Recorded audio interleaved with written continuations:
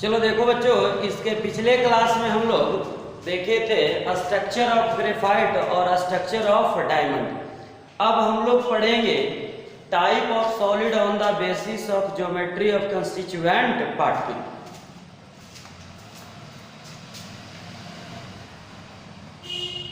Type of solid on the basis of geometry or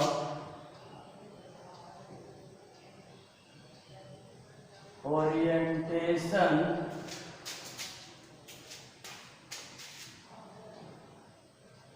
of constituent particle. Constituent particles.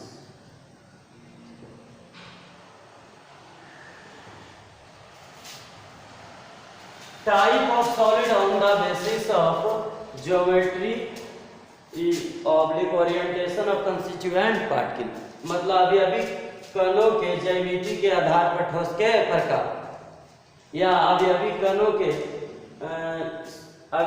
के सजावट के आधार पर, सजावट या ज्यामिति एक ही बात है।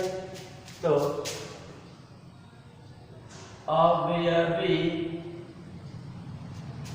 कणों के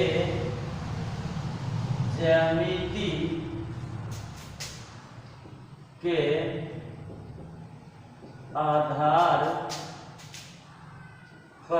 पर ठोस के प्रकार। अवयवी कणों के ज्यामिति के आधार पर ठोस के प्रकार। अवयवी कणों के ज्यामिति के आधार पर ठोस दो प्रकार के होते हैं।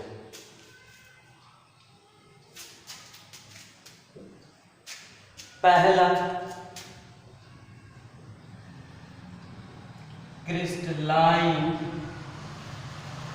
सॉलिड और दूसरा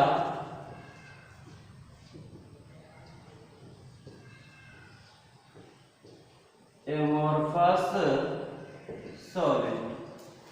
क्रिस्टलाइन सॉलिड का हिंदी होता है क्रिस्टलीय ठोस।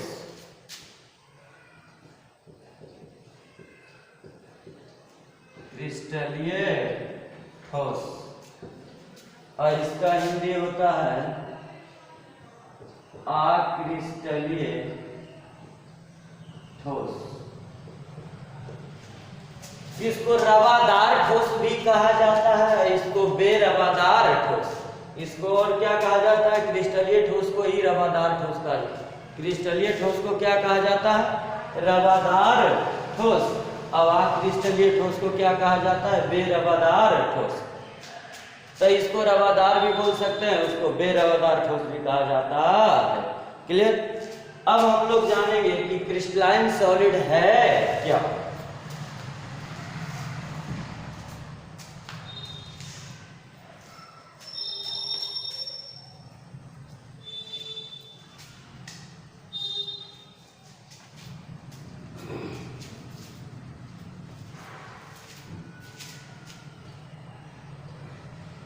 पहला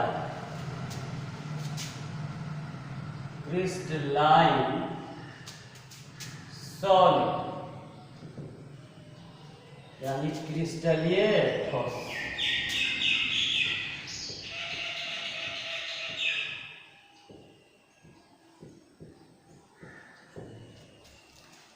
क्रिस्टलीय ठोस यानी रवादार ठोस।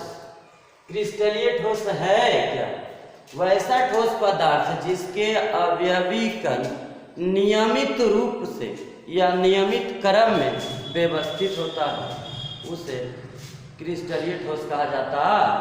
वैसा ठोस पदार्थ जिसके अवयवी कण नियमित क्रम में व्यवस्थित होता है, उसे क्रिस्टलीय ठोस कहा जाता है।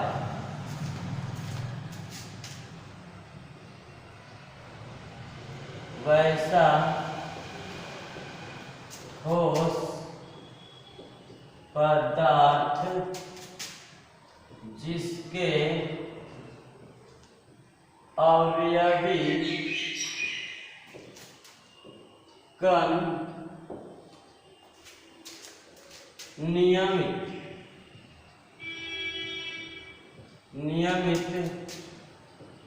क्रम में व्यवस्थित होता है उसे क्रिस्टलीय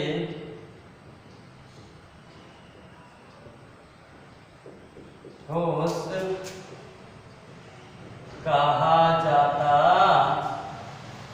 है।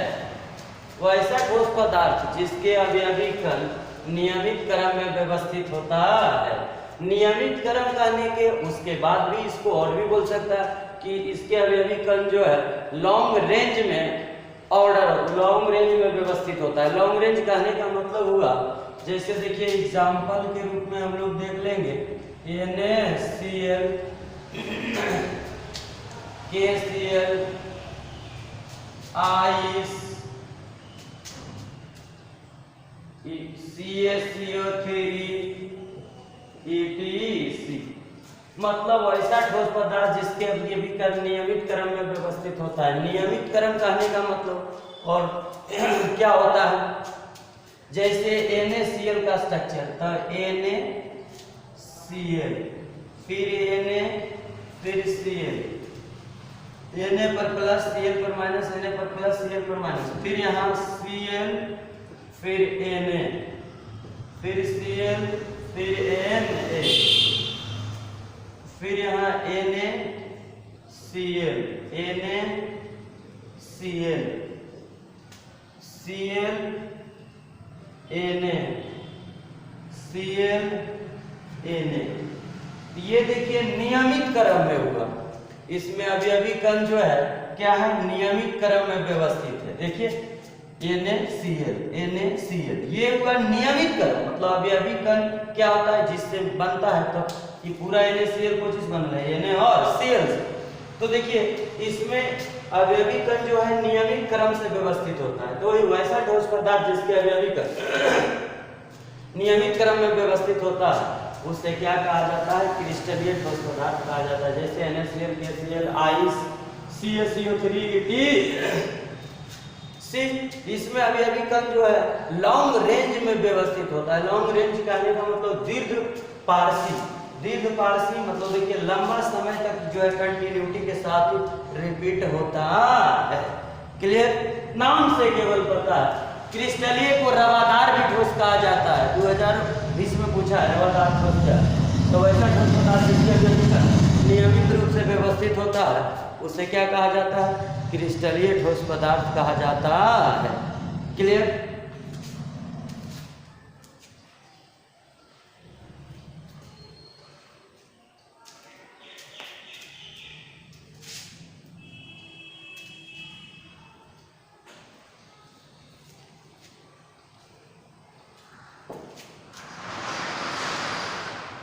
अब आइए एमॉर्फस सॉलिड।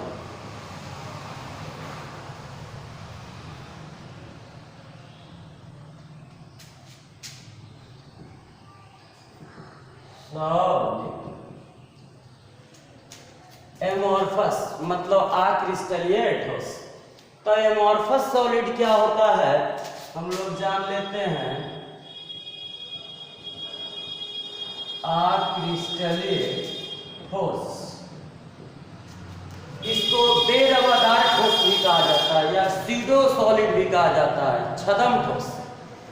और क्रिस्टलीय को ट्रू सॉलिड मतलब सत्य ठोस भी कहा जाता है। अब देखिए ये क्रिस्टलीय ठोस को बेरवादार ठोस भी कहा जाता है। तो अक्रिस्टलीय ठोस को क्या कहा जाता है, बेरवादार ठोस।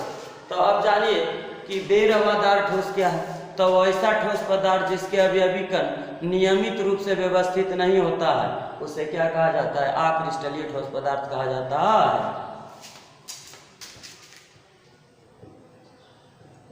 वैसा ठोस पदार्थ जिसके अवयवी कण नियमित क्रम में, जिसके अवयवी कण नियमित क्रम में व्यवस्थित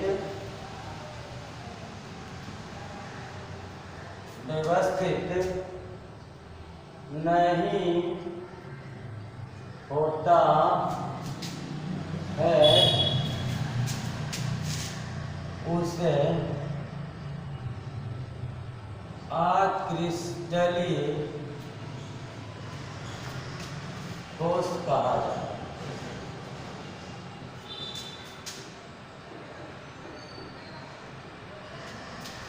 इसे क्या कहा जाता है? अक्रिस्टलीय ठोस कहा जाता है। यानी वैसा ठोस पदार्थ जिसके अवयवी कण नियमित रूप से व्यवस्थित नहीं होता है उसे क्या कहा जाता है? अक्रिस्टलीय ठोस पदार्थ कहा जाता है। जैसे कांच, रबर, प्लास्टिक,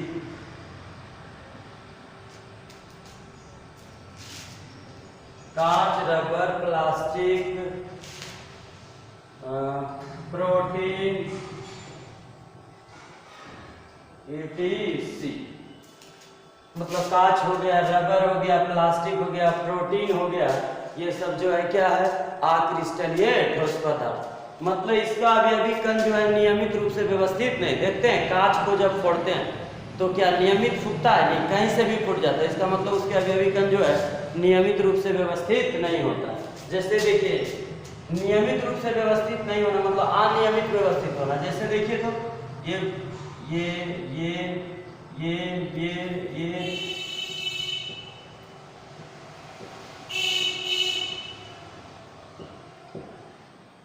मान लीजिए कि हमने ऐसा कण बना लिया, एक बड़ा प्रकार का कण है, एक छोटा प्रकार के कण है, तो इसमें जो है इसका व्यवस्था जो है नियमित नहीं होता। नियमित कहने का मतलब अगर कोई कण एक बड़ा होता फिर छोटा होता, एक बड़ा होता फिर छोटा होता, फिर बड़ा होता फिर छोटा होता, लेकिन देखिए यहाँ ये बड़ा ये दोनों छोटा एक साथ, मतलब नियमित रूप से व्यवस्थित ये नहीं। तो नियमित रूप से जब व्यवस्थित नहीं रहेगा तो क्या कहलाएगा? अक्रिस्टलीय ठोस पदार्थ कहलाएगा। क्लियर? नियमित रूप से व्यवस्थित है तो क्रिस्टलीय, और अनियमित रूप से व्यवस्थित है तो अक्रिस्टलीय। अब चलिए जरा ये दोनों में हम लोग अंतर देखेंगे, यानी difference between crystalline solid and amorphous solid.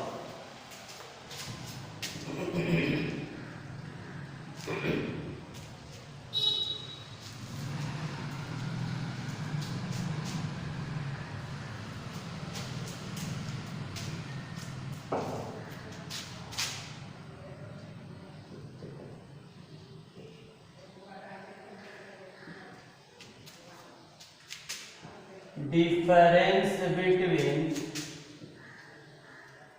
crystalline and amorphous solid।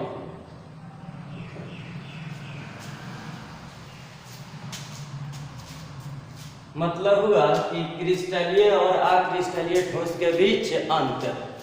अब देखिए हम जरा अंतर निकाल लेते हैं। इधर लिख देते हैं क्रिस्टलाइन,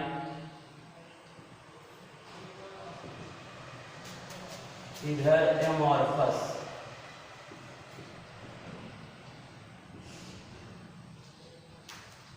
अब आइए जरा, ये हो गया क्रिस्टलीय,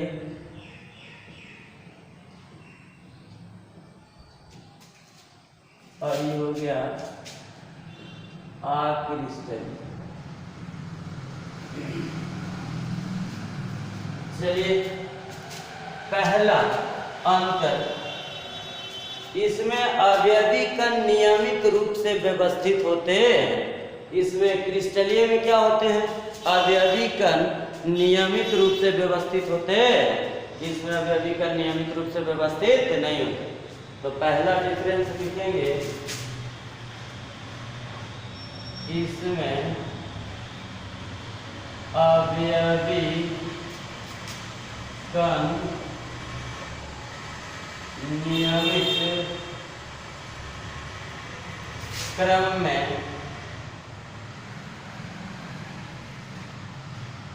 व्यवस्थित होते हैं। इधर आक्रिस्टलीय में इसमें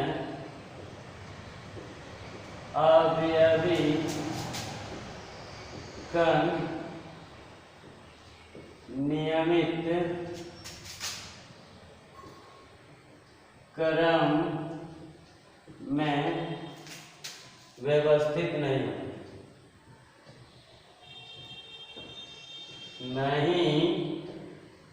होते हैं।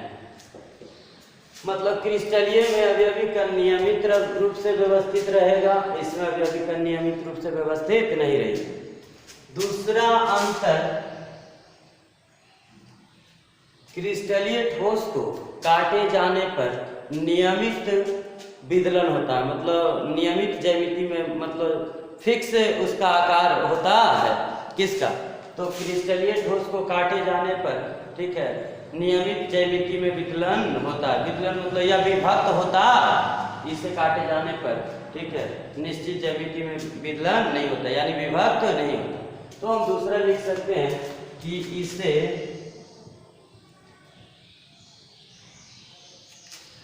काटे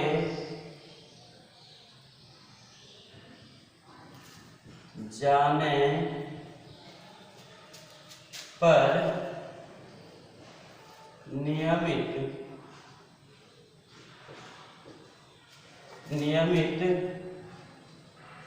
ज्यामिति में विभक्त होता है। विभक्त होता है मतलब विदलन होता है, मतलब अलग होता है, मतलब ये प्लेन ज्यामिति का निर्माण करता है। इसे जब काटा जाता है तो इसमें प्लेन सतह वाले, मतलब समतल सतह वाले प्लेन का निर्माण होता है। तो हमने कह दिया कि जब क्रिस्टलीय ठोस पदार्थ को काटा जाएगा तो नियमित ज्यामिति या निश्चित ज्यामिति में विभक्त होता है। इसे काटे जाने पर, ठीक है, नियमित ज्यामिति का निर्माण नियमित ज्यामिति में विभक्त नहीं होता। इसे काटे जाने पर नियमित ज्यामिति का नियमित ज्यामिति में विभक्त नहीं होता।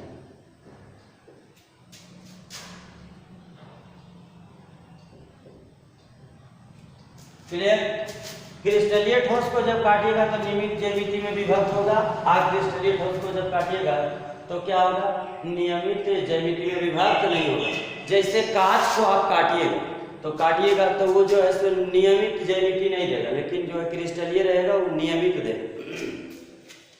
अब चलिए थर्ड देखते हैं, इसका गलनांक निश्चित होता है। किसका? क्रिस्टलीय ठोस पदार्थ का गलनांक क्या होता है? निश्चित होता है।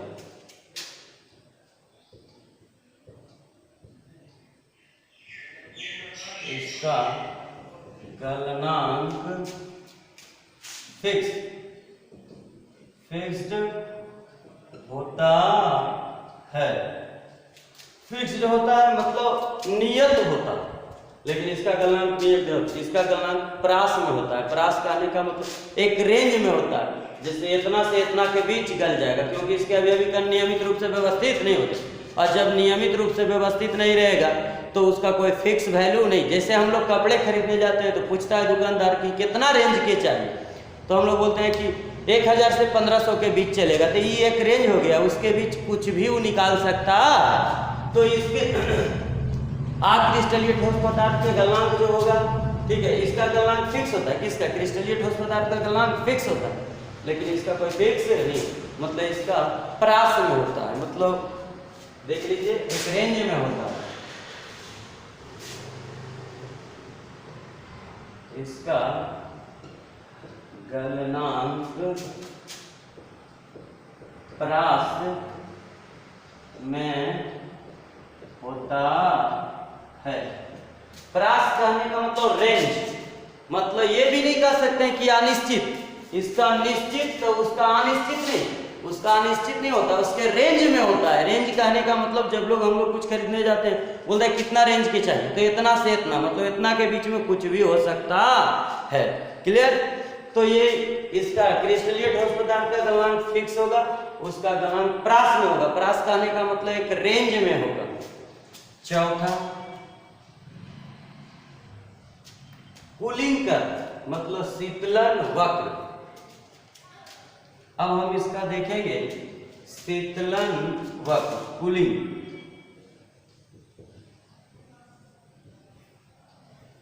कूलिंग कर इधर भी और कूलिंग कर भी इधर भी।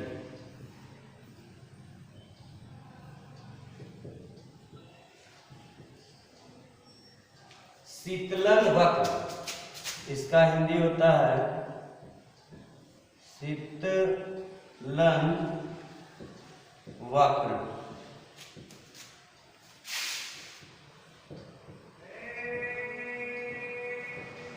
शीतलन वक्र।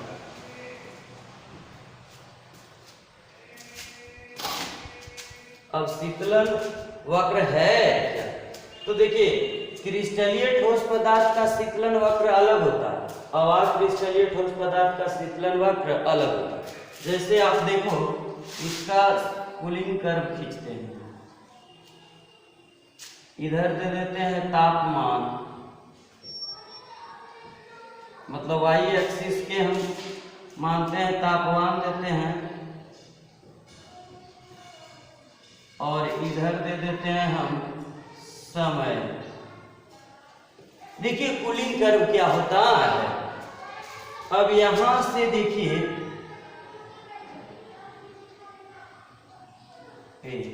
ये हो गया लिक्विड,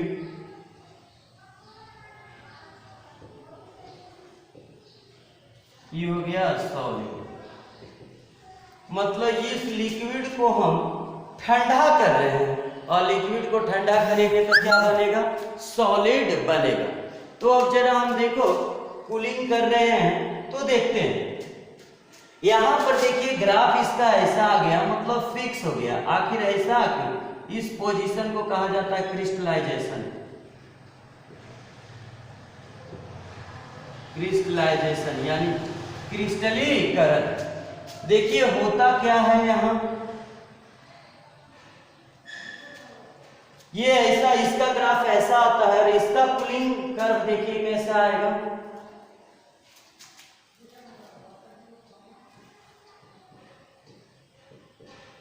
तापमान और इधर समय, इसका ग्राफ ऐसा आ जाएगा। ये किसका है? क्रिस्टलीय का, और ये अक्रिस्टलीय को दिख रहा है लिक्विड सॉलिड। देखिए अब जरा ये दोनों का ग्राफ अलग अलग आया, आखिर ऐसा क्यों? देखिए क्रिस्टलीय सॉलिड में क्रिस्टलाइजेशन होता है, मतलब क्रिस्टलीकरण। क्रिस्टलाइजेशन का हिंदी क्या होता है? क्रिस्टलीकरण। अब क्रिस्टलीकरण है क्या? जैसे चलिए इस लिक्विड को हमने सॉलिड बनाना, ठीक है, तो सॉलिड बना रहा है तो ये ग्राफ यहाँ जो है कांस्टेंट हो गया। आखिर ऐसा क्यों? तो देखिए ये तय है कि इधर टेम्परेचर को हम लो कर रहे होंगे, इधर टेम्परेचर हाई है, इधर लो कर, जैसे जैसे कम करते जाएंगे वैसे वैसे वो क्या करते चला जाएगा? जमते चला जाएगा। तो क्रिस्टलीय ठोस पदार्थ में अवयवी कण जो है नियमित रूप से व्यवस्थित होता है।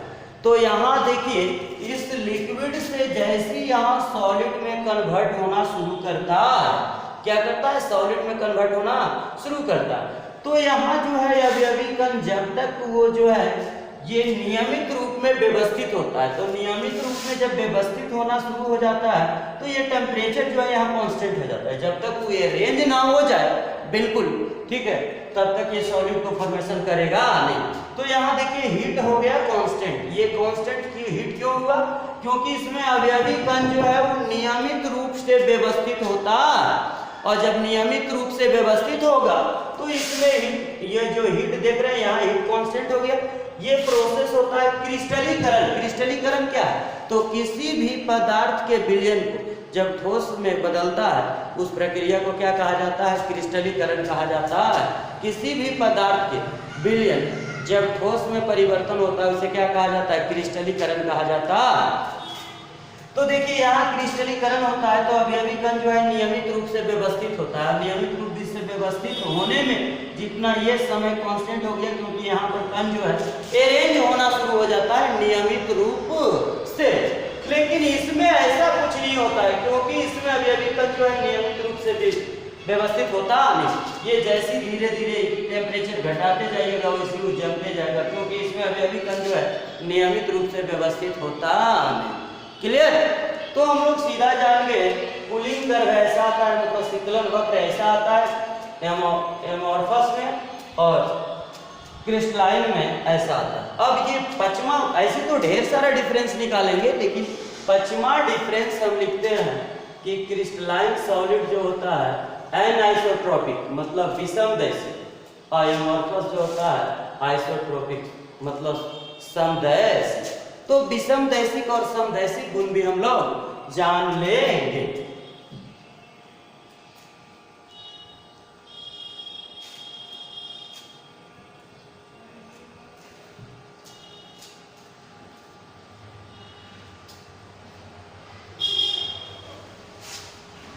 सॉरी, इधर है एमॉर्फस।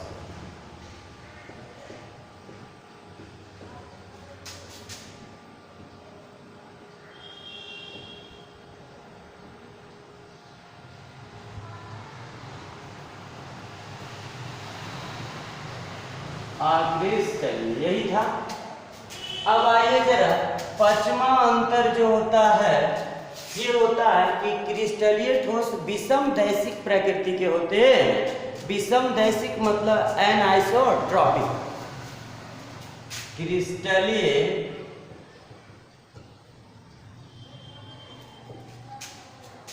ठोस पदार्थ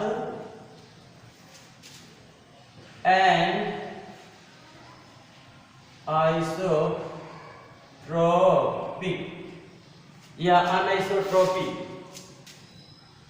प्रकृति के होता है। मतलब क्रिस्टलीय ठोस में ठोस पदार्थ अनआइसोट्रोपिक प्रकृति के होता है, और इधर अक्रिस्टलीय ठोस पदार्थ आइसोट्रोपिक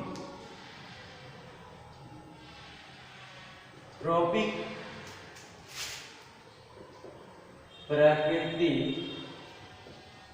के होता है।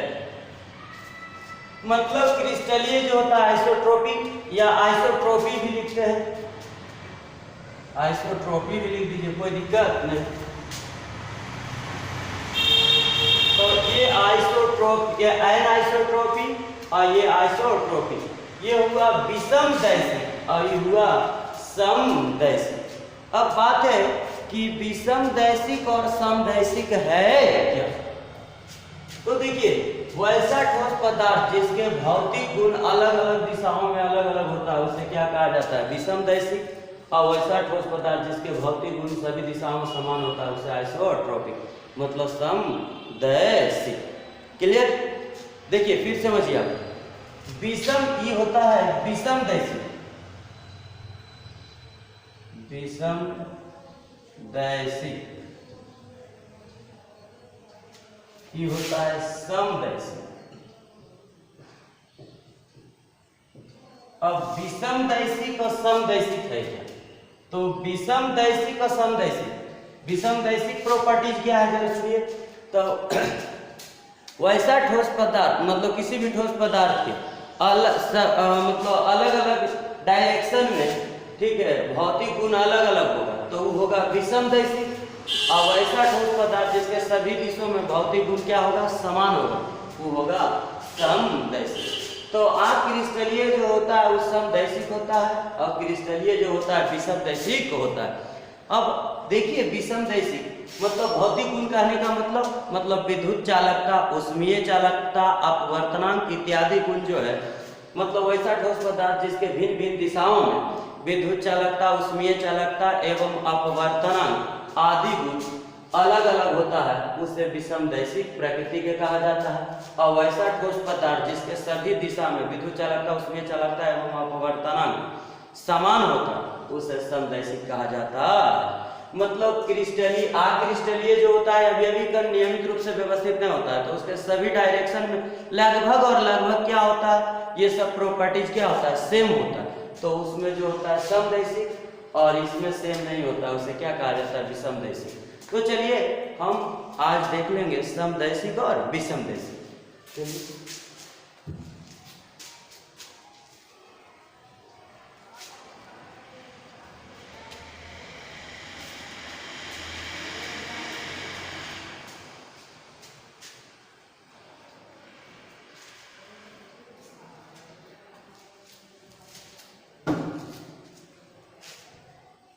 आइसोट्रॉपिक यानी इसका हिंदी हुआ समदैशिक। समदैशिक प्रॉपर्टी है तो वैसा ठोस पदार्थ जिसके सभी दिशाओं में भौतिक गुण समान होता है। भौतिक गुण समान यानी भौतिक गुण समान कहने का मतलब विद्युत चालकता, ऊष्मीय चालकता, अपवर्तनांक, यांत्रिक प्रबलता इत्यादि गुण जो समान होता है तो उसे क्या कहा जाता है, समदैशिक कहा जाता है। ये प्रॉपर्टी है। और ये देखिए हम इसको लिखेंगे कि ठोस पदार्थ के मतलब वैसे ठोस पदार्थ जिसके सभी दिशाओं में विद्युत चालकता, ऊष्मीय चालकता एवं अपवर्तनांक आदि जैसे गुण समान होते हैं उसे समदैशिक कहा जाता है। वैसे ठोस पदार्थ जिसके सभी दिशाओं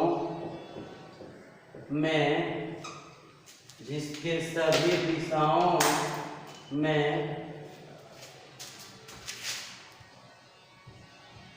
विद्युत चालकता, ऊष्मीय चालकता, अपवर्तनांक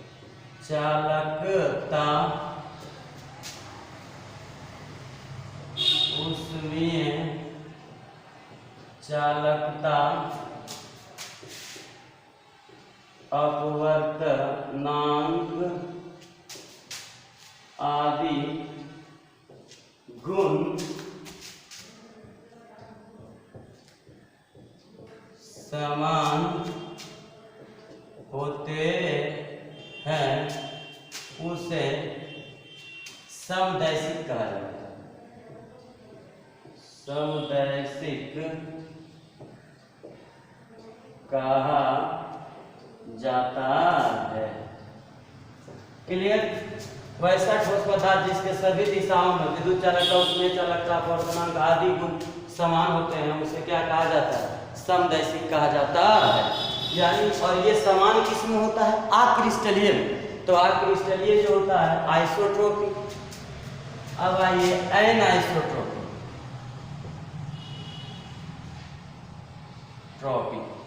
मतलब विषमदैशिक।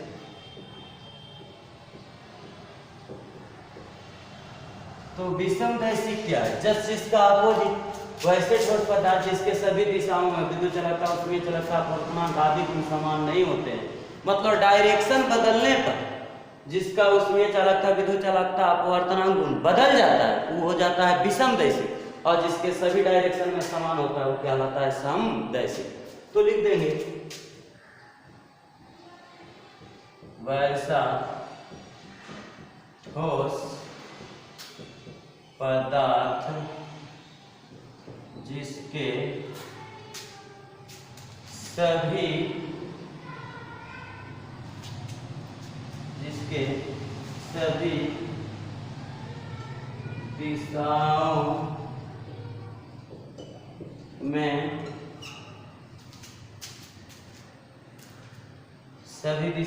या एक वैसा ठोस पदार्थ जिसके सभी दिशाओं में विद्युत चालकता, ऊष्मीय चालकता,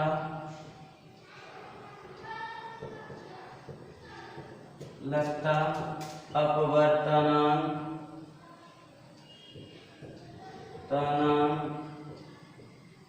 आदि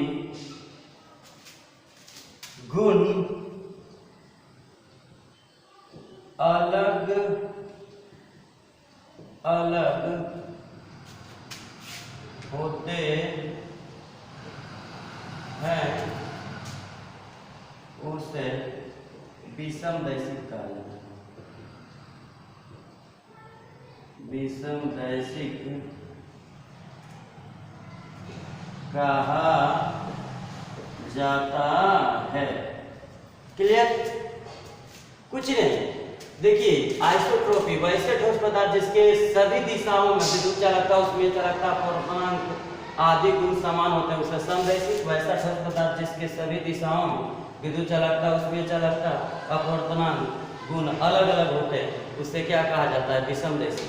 या इसको उतना नहीं बोल के सीधा बोल सकते हैं कि वैसा ठोस पदार्थ जिसके सभी दिशाओं में भौतिक गुण समान होते हैं। ये सब फिजिकल प्रॉपर्टी है। भौतिक गुण क्या होते हैं? समान। उसे समदैशिक, और जिसके भौतिक गुण अलग अलग होते हैं उसे क्या कहा जाता है? विषमदैशिक कहा जाता है। क्लियर?